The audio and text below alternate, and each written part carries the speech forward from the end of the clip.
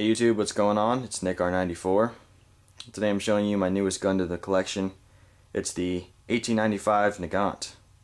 It's the World War II service revolver that was in Russia. It served alongside the Mosin Nagant.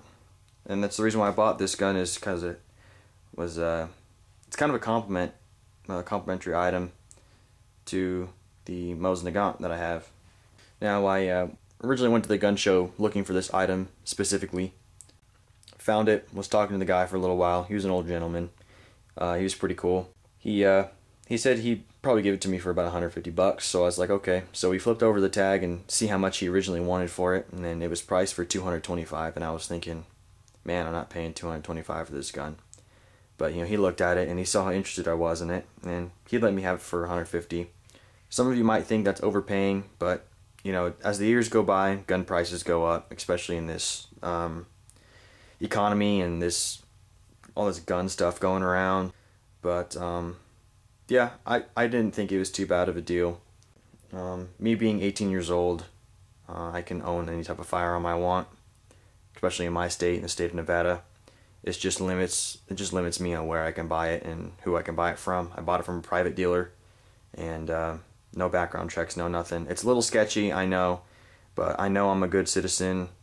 You know, I handle firearms. I believe I handle firearms just fine. But anyways, walking around the gun show, I got like 4 people that wanted me to sell them this gun. I got offered 200 bucks for it, but I was just thinking like, no, I just bought it, blah blah blah. I like it, but I wasn't gonna get rid of it. I also found a box of this 14-round surplus ammunition. Paid 10 bucks a box for that thing. I know it's kind of expensive too, and that's what that is. The bullet seated inside the casing, if you all know what the Nagant shoots. Couldn't go home with a gun and no ammunition for it. Also, stumbling around the gun show, I came across this, an original Nagant holster, not a World War II holster, but still for a Nagant.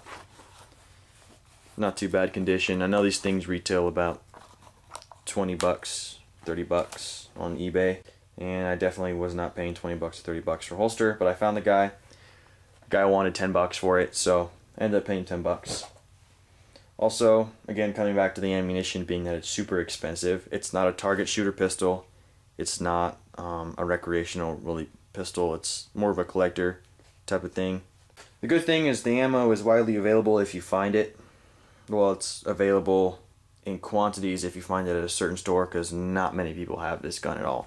Cabela's has a lot of it, and I picked up 2 boxes of Privy Partisan 7.16 Nagant, or 7.60 by 38. It's just what they label it as. And I already went through a couple rounds of it, but as a comparison, this is, if you know what it is, this is what the commercial stuff is. Here it's a lot of a lighter load versus the surplus ammunition. I haven't fired my surplus stuff yet. Maybe next gun show I'll buy a couple boxes and go compare it and shoot it. And anyways, let's go to the gun. It's a all matching serial number. Well, it's Arsenal refinished, but I don't know if they changed the serial numbers on it or not. 1938 Two Arms factory. And you can see there's no import marks here or here. My import marks are actually on the barrel. CAI. St. Alb, Vermont. I don't know what St. Alb is. When I think Alb, I think of Albany, so it's definitely not Albany.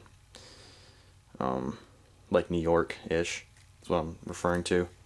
But it's actually it's a pretty nice gun. I'll show you guys the gas seal.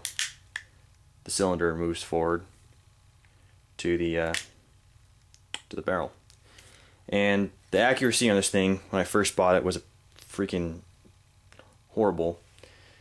I put 14 rounds through it. Absolutely horrible accuracy. I wasn't even hitting the target. I was shooting 15 yards, aiming center mass the entire time. It was horrible my first time shooting it, and I looked at the barrel when I came back and noticed that it was a lot more pitted than I thought it would be. Because, you know, it's an old service gun, it's firing corrosive ammunition, and, you know, back then they didn't really have brushes to clean their guns. you know, they used a piece of their old T-shirt and their steel cleaning rods, which, you know, steel is not really good to be rubbing steel against steel, especially in a firearm that has rifling in it, a firearm in general. But anyways, I got bored at about 1:30 in the morning and took out my stainless steel brush and I just went to town on the barrel for about an hour and a half. Took it out the next day and shot it, and I was actually shooting a pretty good grouping.